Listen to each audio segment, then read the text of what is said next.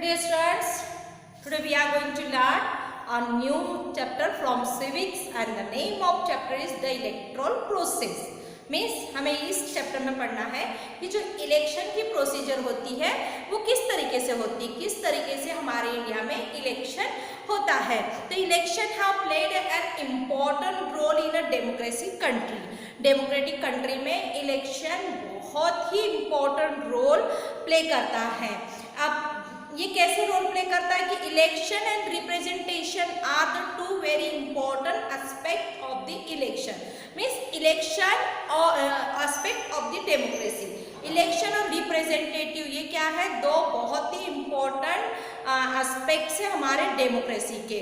क्योंकि हमारे जो रिप्रेजेंटेटिव होते हैं they are elected by the people. वो किसके थ्रू इलेक्टेड होते हैं, पीपल के थ्रू. और people have right to choose their representative. लोगों के पास राइट्स होता है कि वो अपने रिप्रेजेंटेटिव को चूज करें. तो इसी की वजह से हमारी जो कंट्री है वो क्या कहलाती है, डेमोक्रेसी कंट्री कहलाती है. Then election help to bring a change in power. Election से क्या होता है, पावर चेंज हो सकता है किसका, गवर्नमेंट का. And life of society also change. Means हम सोसाइटी की लाइफ भी चेंज कर सकते हैं. कैसे, जैसे डिफरेंट रिप्रेजेंटेटिव आते हैं और हर रिप्रेजेंटेटिव अपने तरीके से गवर्नमेंट के रूल्स को चेंज करता है, अपने तरीके से सोसाइटी में चेंज लाना चाहता है. और ये किसके थ्रू होता है, इलेक्शन के थ्रू. अगर इलेक्शन नहीं होगा तो क्या होगा, वही होगा मोनार्की सिस्टम होगा, डिक्टेटरशिप होगा कि वो अपने तरीके से ही गवर्नमेंट रन करेंगे. बट यहाँ पे ये नहीं होता है. डिफरेंट रिप्रेजेंटेटिव आते हैं और वो अपने अपने तरीके से कुछ नया लोगों को देने की कोशिश करते हैं. तो यहाँ पे जो बताया गया है कि we expect that the representative elect should be, हम एक्सपेक्ट करते हैं कि those representative which we have elected, जिसको हमने इलेक्ट करके लाया है, they are efficient, honest, trustworthy. वो कैसे होने चाहिए, एफिशिएंट होने चाहिए, ऑनेस्ट होने चाहिए, ट्रस्टवर्दी होने चाहिए, ताकि उन लोगों को रियलाइज होना चाहिए कि जो लोगों ने उन्हें इलेक्ट करके लाया तो उन्होंने क्यों इलेक्ट करके लाया, ताकि वो सोसाइटी में कुछ अच्छा चेंज कर सके. Then the electoral process should also be free, fair and reliable. अब जो इलेक्शन का जो प्रोसेस होता है, हम देखते हैं कि election should be free and fair manner. Means election कैसा होना चाहिए, फ्री होना चाहिए, फेयर होना चाहिए, इम्पार्शियल होना चाहिए, रिलायबल होना चाहिए. मीन्स जो रियल है उसी तरीके से इलेक्शन होना चाहिए. बट जनरली हम देखते हैं कि इलेक्शन में हमें बहुत से लोग क्या करते हैं कि गलत तरीके से इलेक्शन लड़ते हैं. मैल प्रैक्टिस मीन्स वो मैन का पावर करके, अपने पैसे का पावर करके इलेक्शन जीत कर आते. पर इलेक्शन ऐसा नहीं होना चाहिए. इलेक्शन कैसा होना चाहिए, फ्री एंड फेयर मैनर में होना चाहिए. To ensure that the constitution of India has made provision for an independent election commission. और इसीलिए हमारे इंडिया ने क्या बनाया है, एक इलेक्शन कमीशन बनाया है. And election commission plays an umpire role in a electoral process. Electoral process में इसका रोल कैसा होता है, एम्पायर का होता है, जज का होता है. कि इसीलिए ये जो इलेक्शन कमीशन जो बॉडी दी गई है हमारे इंडिया में, ये इंडिपेंडेंट बॉडी है. इसके ऊपर कोई प्रेशर नहीं डाल सकता, कोई इसको चेंज नहीं कर सकता है. इसीलिए इन्हें सेपरेट रखा है इलेक्शन कमीशन को. अगर इलेक्शन कमीशन को का जो सिस्टम है वो अदर गवर्नमेंट में मिक्स कर दिया होता तो क्या करते कि जो हेड ऑफ डिपार्टमेंट है गवर्नमेंट का, इलेक्शन कमीशन को दबाने की कोशिश करता, प्रेशर देता कि नहीं तुमको इलेक्शन में क्या करना है, इस पार्टी को ही जिता कर लाना है या ये पार्टी की तरफ ज़्यादा ध्यान देना है, इस टाइप का. लेकिन इलेक्शन कमीशन जो बॉडी होती है, it is a independent body. ये क्या होती है, इंडिपेंडेंट बॉडी होती है. The election commission of India and the जो इलेक्शन कमीशन, इंडिया का इलेक्शन कमीशन होता है, स्टेट लेवल पे एक इलेक्शन कमीशन होता है जो स्टेट लेवल के इलेक्टोरल प्रोसेस को देखता है हमारे कंट्री के. The entire process of election, जैसे इलेक्शन में बहुत सी प्रोसेस होती है, जैसे डिक्लेयरिंग ऑफ डेट को डिक्लेयर करना, देन डिक्लेयर ऑफ रिजल्ट को डिक्लेयर करना. ये सारी प्रोसीजर होती है इलेक्शन की, और इसे देखने का काम, सुपरविजन करने का काम किसका होता है? इलेक्शन कमीशन का होता है। डेट डिसाइड करना, कहाँ कितने कर्मचारी को लगाना है, वर्कर को लगाना है, उसमें ये डिसाइड करना, कब इलेक्शन होगा, इलेक्शन का रिजल्ट कब डिक्लेयर होगा, ये सारा डिसाइड कौन करता है? Election commission. So in electoral process election commission played an very important role. Election commission का बहुत ही इंपॉर्टेंट रोल होता है। The election process is an inseparable component of a comprehensive democratic process. इसलिए इससे क्या कर रखा है? सेपरेट रखा है इलेक्शन कमीशन को। Let us see the election commission. Today's our sub topic is election commission. अभी तक के हमने जो भी देखा वो क्या था? इंट्रोडक्शन था कि our India is a democracy country and in our India the election held in a democratic manner. The people choose their representative and that representative always try to change the society to bring something new for the people of society. Society के लोगों के लिए नया लाना चाहते हैं। Election should be free and fair manner and the representative should be honest and trustworthy. कैसे होने चाहिए? ऑनेस्ट होने चाहिए, ट्रस्टवर्दी होना चाहिए। And so our India made a separate body that is the election commission. वो क्या है? इलेक्शन कमीशन है।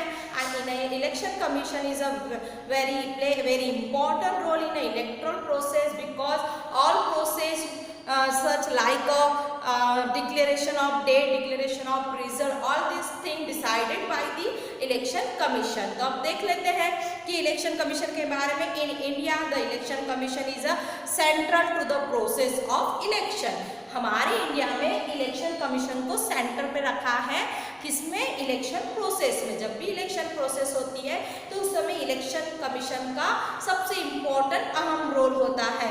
आर्टिकल 324 जो दिया गया हमारे इंडियन कॉन्स्टिट्यूशन ने, इसमें ऑटोनोमस बॉडी कहा है इसको इलेक्शन कमीशन को। मीन्स इलेक्शन से रिगार्डिंग जितनी भी फैसले, रूल्स रेगुलेशन डिसाइड करने का काम, डिसीजन लेने का काम सारा इलेक्शन कमीशन का होता है। इसके पास ऑटोनोमस बॉडी में बहुत सारे पावर दिए गए हैं एंड विच कंसिस्ट ऑफ, जिसमें 1 चीफ इलेक्शन कमीशन होता है एंड 2 अदर कमीशंस होते हैं, कमिश्नर्स होते हैं। एक क्या होता है? चीफ इलेक्शन कमिश्नर और 2 अदर कमिश्नर्स होते हैं।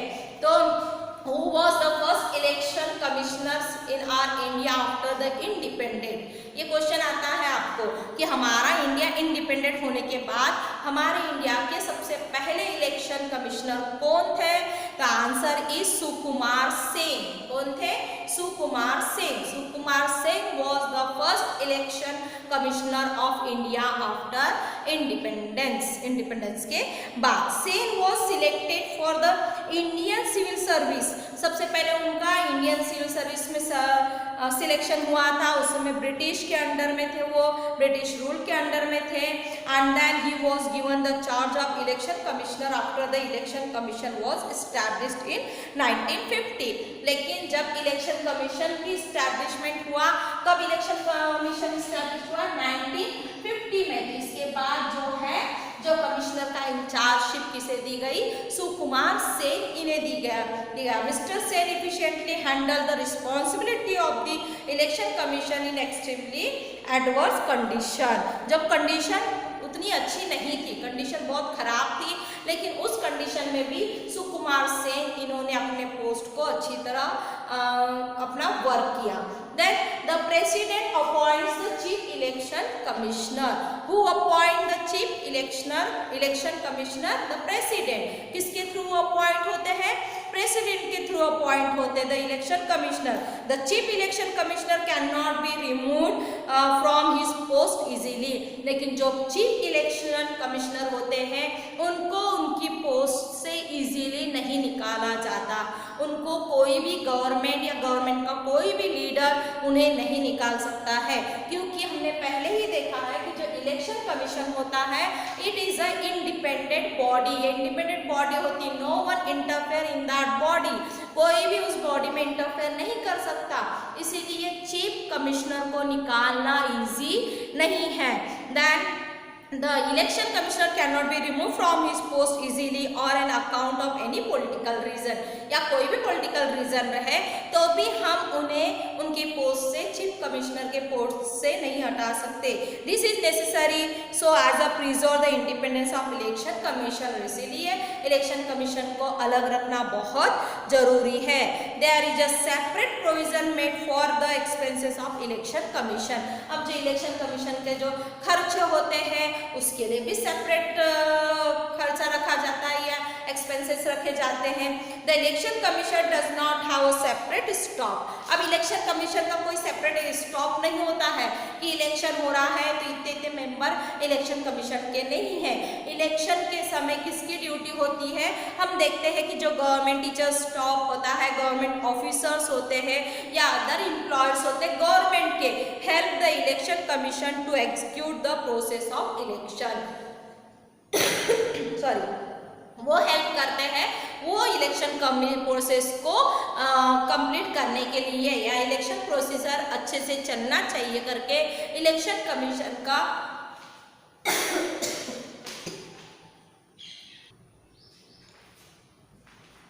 सेपरेट बॉडी नहीं होती है. हमने देखा कि इलेक्शन कमीशन की सेपरेट बॉडी इलेक्शन कमीशन की सेपरेट बॉडी होती है, लेकिन बॉडी तो separate means government election commission separate होता है बट उनके एम्प्लॉयर्स नहीं होते हैं. जो गवर्नमेंट एम्प्लॉयर्स होते हैं वही इलेक्शन के प्रोसीजर में इलेक्शन कमीशन को हेल्प करते हैं. Then function of election commission. अब फंक्शन देख लेते हैं कि इलेक्शन कमीशन के फंक्शन क्या क्या है.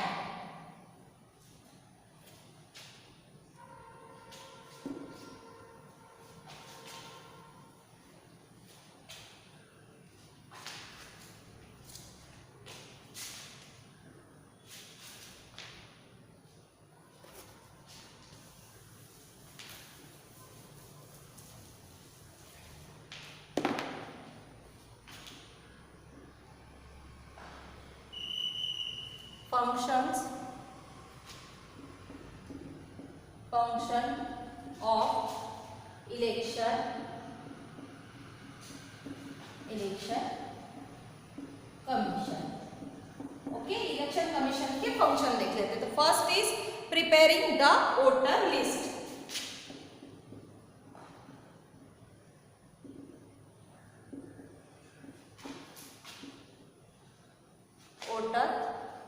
voters list. First function of the election commission. Which are the function of the election commission? Question can be come for 5 marks. आपको 5 marks के लिए आ सकता है क्वेश्चन कि फंक्शन कौन कौन से है इलेक्शन कमीशन के. तो first is preparing the voter list. Those people who have completed their 18 years age उनके कंप्लीट हो गए हैं तो they have right to give the vote. उनके पास क्या होता है? राइट आ जाता है कि वो वोट दे सकते हैं. तो उस समय इलेक्शन कमीशन का काम क्या होता है? To prepare the voter list. Means voter list को प्रिपेयर करना कि कितने वोटर लिस्ट किस एरिया में है. आप देखोगे, अगर आप देखोगे आपके पेरेंट्स का वोटर लिस्ट में नाम रहता है, वोटर लिस्ट आती है आपके घर में, वोटर लिस्ट में जितने भी एलिजिबल लोग होते हैं उनका वोटर लिस्ट में नाम आता है. तो वो वोटर लिस्ट कौन प्रिपेयर करता है? इलेक्शन कमीशन प्रिपेयर करता है वोटर लिस्ट. नए लोग जो होते हैं जो 18 ईयर्स के हो चुके हैं उनका नाम ऐड करना. देन जो नहीं है, जो प्रेजेंट में नहीं है उनका नाम वहाँ से हटा देना. ये सारा काम किसका होता है? इलेक्शन कमीशन का. It is the responsibility of the election commission to prepare the voter list of the eligible voters, update the existing voters. Means जो अभी है वोटर्स उनके अपडेट रखना and then list and include the names of the new voters. और नए voters का name include करना. And the election commission has the authority to issue the identity card to the voters. और हम देखिए election का identity card होता है तो आइडेंटिटी कार्ड देने का काम किसका होता है? इलेक्शन कमीशन का होता है. इजी है कि इलेक्शन कमीशन का फर्स्ट फंक्शन में हमने देखा है preparing the voters list. Means voters के जितने भी वोटर्स है जिन्होंने 18 ईयर्स ओल्ड एज अपना कंप्लीट कर लिया है उनकी लिस्ट में नाम ऐड करना, नए लोगों का नाम ऐड करना या अपडेट करना, ये सारा काम इलेक्शन कमीशन का होता है और उन्हें वोटर कार्ड देना। Then second, decide the time table and the programme of election. Second है decide the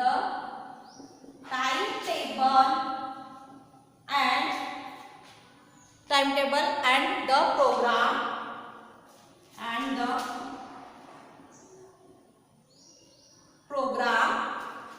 of elections means election के programme, decide the time table. अब किसी भी टाइम पे हो जाता है कि इलेक्शन नहीं, एक डेट डिसाइड की जाती है जो सभी को फॉलो करना होता है, तो that date decided by the election commission. वो डेट डिसाइड करने का काम कौन करता है?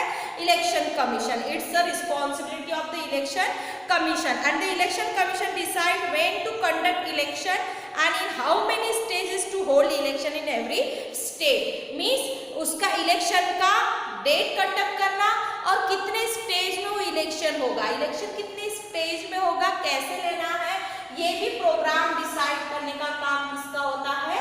इलेक्शन कमीशन का। First is preparing the voter list, second is decide the time table. सिर्फ टाइम टेबल याद रखना है इसमें कि आपको टाइम टेबल डिसाइड करता है वो election commission, as well as वो क्या डिसाइड करता है? Decide when to conduct the election and in how many stage to hold the election in every state. Mean हर स्टेट में ये कितने स्टेज में होगा इलेक्शन, ये भी डिसाइड करने का काम इलेक्शन कमीशन का होता है।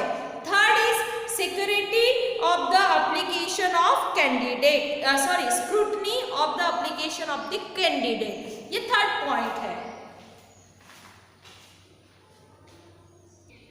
ओके, तो scrutiny of the application of candidates में क्या किया जाता है कि हम देखते हैं कि after the election dates are declare, election की डेट्स डिक्लेयर हो जाती है, the political parties choose their candidate. अब जो पॉलिटिकल पार्टीज होते हैं वो क्या करते हैं? अपने कैंडिडेट चूज करते हैं कि हमारे पार्टी में से, जैसे कांग्रेस है, कांग्रेस में से किसको कैंडिडेट बनाया जाए, बीजेपी में से किसको कैंडिडेट बनाया जाए, शिवसेना में से किसको कैंडिडेट, वो अपने अपने पॉलिटिकल पार्टी जो है वो अपने अपने कैंडिडेट को चूज करते हैं। कुछ पॉलिटिकल पार्टी, कुछ लोग ऐसे कैंडिडेट ऐसे होते हैं कि जो इंडिपेंडेंट खड़े रहते हैं, जिसे निर्दलीय उम्मीदवार कहते हैं। निर्दलीय उम्मीदवार मीन्स जो कोई भी पॉलिटिकल पार्टी से नहीं होता है, वो खुद का ही तरीके से अपना खड़ा होता है, वो अपना सेल्फ खड़ा होता है इलेक्शन में। तो ऐसे लोगों को क्या करना पड़ता है कि कैंडिडेट जो डिसाइड कर लिए हैं, फिर वो कैंडिडेट के थ्रू एप्लीकेशन भरवाना पड़ता है, एप्लीकेशन फॉर्म भरवाना पड़ता है। वो एप्लीकेशन फॉर्म में उस कैंडिडेट की सारी डिटेल इंफॉर्मेशन दी होती है, वो उस कैंडिडेट को फिल करना होता है और बाद में वो ले जाकर उसे सबमिट करना होता है। तो वो फॉर्म को स्क्रूटनी करने का, जांच पड़ताल करने का, अच्छी तरह देखने का काम किसका होता है? इलेक्शन कमीशन का होता है कि जो इंफॉर्मेशन दी गई है प्रॉपरली उस कैंडिडेट ने फिल किया है कि नहीं किया है, जो कंडीशन रखी है वो कंडीशन में वो लागू होता है कि नहीं होता है, ये सारा स्क्रूटनी करने का काम किसका होता है? इलेक्शन कमीशन का होता है। Then the commission scrutinize all the application and allows the eligible candidates to contest the election. वो सारे एप्लीकेशन को स्क्रूटनाइज करते हैं, जांच पड़ताल करते हैं, then they allow the candidate to represent the election. वो अलाउ करते हो कैंडिडेट को कि तुम इलेक्शन को रिप्रेजेंट कर सकते हो। थर्ड हो गया scrutiny of the application of candidate. Then fourth one is due recognisation to political parties. We know that in our India here is a multiple political parties, में बहुत सारी पॉलिटिकल पार्टीज है। Aam Aadmi party, Shiv Sena party, BJP party, Congress party, फिर राका party, इस type के बहुत से तृणमूल पार्टी, बहुत से पार्टीज है। अब अलग अलग पार्टीज को क्या होता है? अलग अलग पार्टी में से अलग अलग उम्मीदवार भी खड़े होते हैं। तो पार्टीज किस तरीके से हम रिकॉग्नाइज करते हैं? तो पार्टी को हम रिकॉग्नाइज करते हैं उनके सिंबल से, सिंबल से हम रिकॉग्नाइज करते हैं। जैसे बीजेपी का कमल का फूल है, तो कांग्रेस का पंजा है, शिवसेना का धनुष्य बाण है, ऐसा हमने देखा है। तो ये क्या हो गया है? ये पॉलिटिकल पार्टीज के सिंबल हो गए हैं। तो तो वो सिंबल को शो करने का, देने का काम किसका होता है? इलेक्शन कमीशन का। फिर अभी जस्ट हमने पढ़ा है कि निर्दलीय उम्मीदवार भी होते हैं। हम देखते हैं इलेक्शन में अलग अलग सिंबल दिए जाते हैं। किसी का ट्रैक्टर होता है, किसी का रोड बेलर होता है, फिर किसी का देखो चाय और कप की बशी होती है। इस डिफरेंट टाइप के सिंबल दिए जाते हैं। तो ये सारे सिंबल कौन देता है? Election commission. ये सिंबल देने का काम होता है इलेक्शन कमीशन का। तो इसलिए यहाँ पे दिया गया give recognisation to political parties. Political parties को रिकॉग्नाइजेशन करने का, मीन्स उन्हें सिंबल देने का काम किसका होता है? इलेक्शन कमीशन का। एंड लास्ट जो है to resolve any dispute relating to election, means election से अगर कोई भी प्रॉब्लम क्रिएट होती है तो उसे रिसॉल्व करने का काम किसका होता है? इलेक्शन कमीशन का।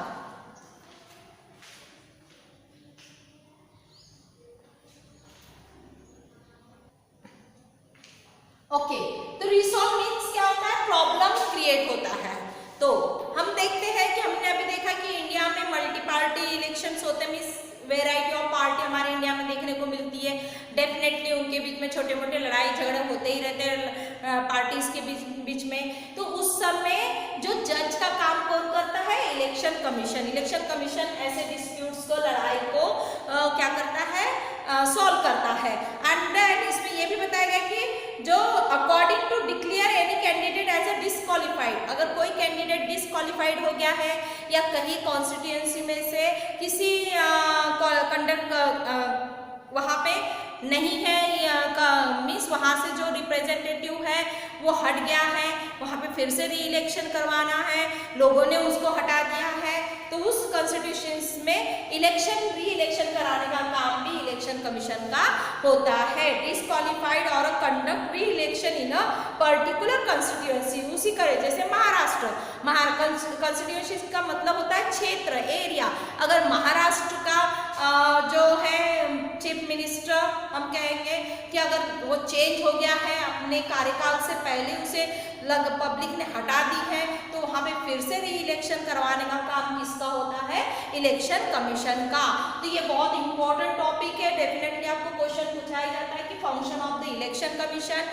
That time you have to write first preparing the voter list, then second decide the time table and programme of elections, and third one is scrutiny of the application of candidate, fourth is give recognition to political parties, and fifth is to resolve any disputes relating to election. These are the function of the election commission, and election commission play very important role in electoral process. तो अभी तक के हमने ये देखा कि function देखे, इसके बाद हम देखेंगे कि प्रोसेस ऑफ इलेक्शंस की प्रोसेस कैसे होती है। तो that topic will see in our next video.